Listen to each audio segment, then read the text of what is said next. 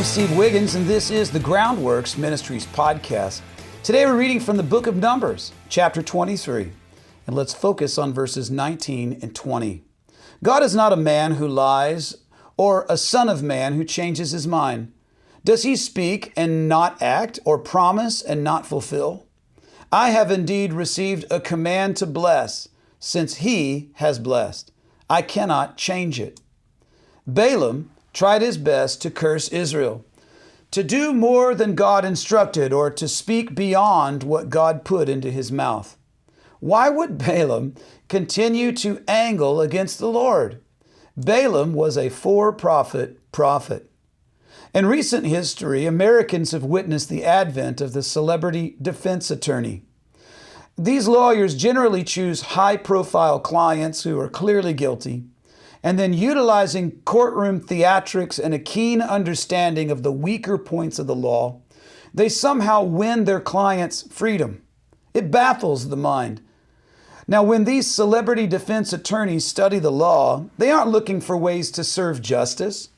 They're searching for loopholes that will circumvent justice, because that's what their clients are paying them to do. Balaam would have made a great criminal defense attorney.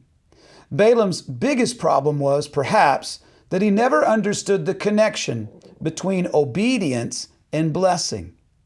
And that's because Balaam was driven by money, by his pride, and who knows what else. Now, as we learned in Hebrews 11, verse 1, faith is the evidence of things unseen. And Balaam constantly and consistently refused to do what God told him to do. He chose the seen over the unseen. Balaam wanted to have a relationship with God in order to use God for his own agenda.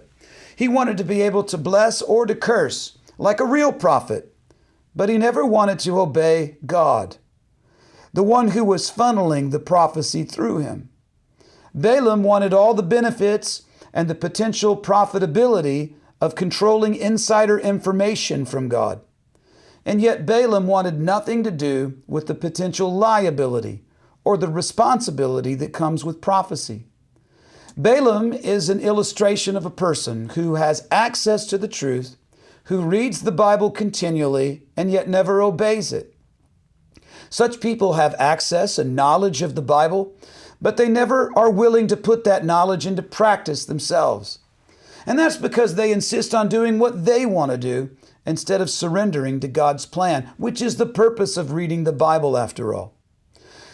It's admirable that you would commit to join with me in reading the Bible a chapter a day, especially because 89% of Americans don't read it.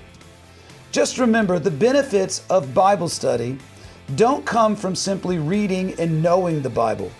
The benefits come from obeying the Bible through living out what God reveals to you when you seek Him in His Word. I'm Steve Wiggins, and this is the Groundworks Ministries podcast. Check us out at groundworksministries.com.